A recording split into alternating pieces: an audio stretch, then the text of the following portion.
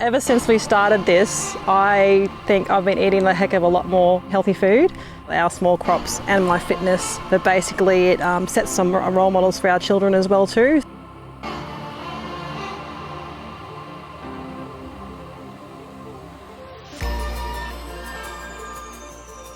I can still remember the first day we were out there, pretty nervous, just had this big ute load of corn. Just going, is anyone going to stop?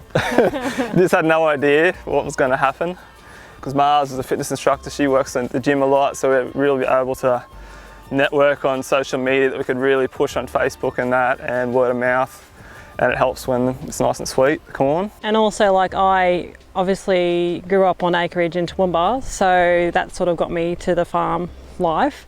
I enjoyed the city, but obviously moved back here and have loved the farm ever since. Took a lot of convincing. Yes, and we met on the farm too. We met on a grape farm. Yeah, we did. The biggest grape farm in Australia. Yep. St George. St George. My father, he always did sweet corn and melons. Ever since I was 3 or 4, we was out picking melons or doing corn or something like that. So they were just a really good starting base. And so for the first couple of years, that's basically all we did. And then from there, as the years progress, you just get more feedback from customers saying, you know, what else you got, what else you got. Tomatoes was an easier one for us to start on to get to learn the ropes of, but sooner enough we had to bite the bullet on strawberries, just because our customer base has really grown since we've had strawberries. And we progressed further and further on from that, and got zucchinis and mixed capsicums, and every year we've just grown more and more stuff, and probably more this year as well. If you don't have good nutrient, you're just going to get a rubbish crop really. And say something like sweet corn, it's a really heavy user of zinc and boron, some of your more micronutrients. This ground has probably had cane on it for 100 years. I love growing stuff and planting stuff, but also got a family to think about as well. You know, when I'm out here picking strawberries at 3 in the morning with our head torch, you've got to think, is this really what's got to happen? You know, so Viable.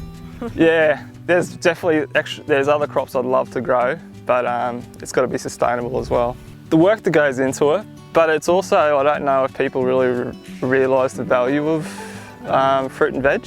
They're just used to being so cheap. For a certain scale, you can get away with that. You know, if you're making 2 cents on a punnet of strawberries or whatever, yeah, I suppose, but I don't want to be at that stage, and I don't get the farm then really. And just all the fertiliser and costs that come along with that, cold rooms, trucks to sell, whatever.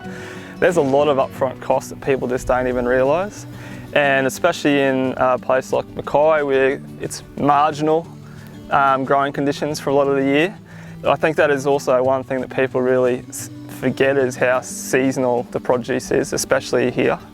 We still get inquiries in February, March going, where's your corn, where's your tomatoes? And I said, well, it's been raining for the last month. I can't get a tractor into the paddy for a start.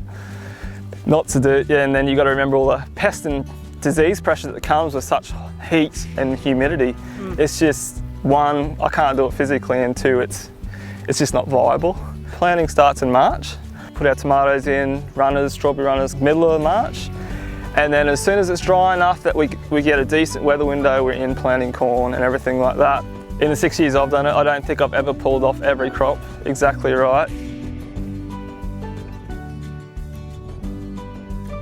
Farmers Network just came along at the perfect time for us. We were right beside Dean and Alison, the hydroponics at Grass Tree, and they've always been there to help us with advice, especially when I'm trying to do a little bit of seeding and stuff, and Dean is a master at seeding plants. And when you just go into a market for so long with those same amount of people, you just... True friends for life. Yeah, you just build up a nice big market family. I think it's awesome to get businesses on side. The more the better. It just works both ways, promoting our produce and also helping them with their marketing as well. It's just another story that they can work on. And hoping, if people know that our produce is in the Grazing Goat menu, they'll go, oh, that's fresh as sweet corn I can taste. That's a general principle we use over all our crops, is just taste. We've trialled different strawberry varieties, corn varieties, tomato varieties, and whether the yield, as long as it's not too bad, we go for the taste.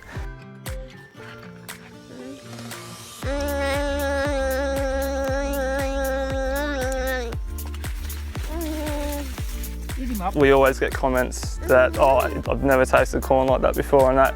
And yes, it's the variety, but a lot of the times it's not a week old, been sitting in the shops. It's, you know, maybe probably picked the night before, the day of, so, you know, it could be in their plate and eating it within a few hours of being picked. The more producers we have, the larger the market grows. Makes more people aware of what we can grow in the region. Yep. It's win-win basically.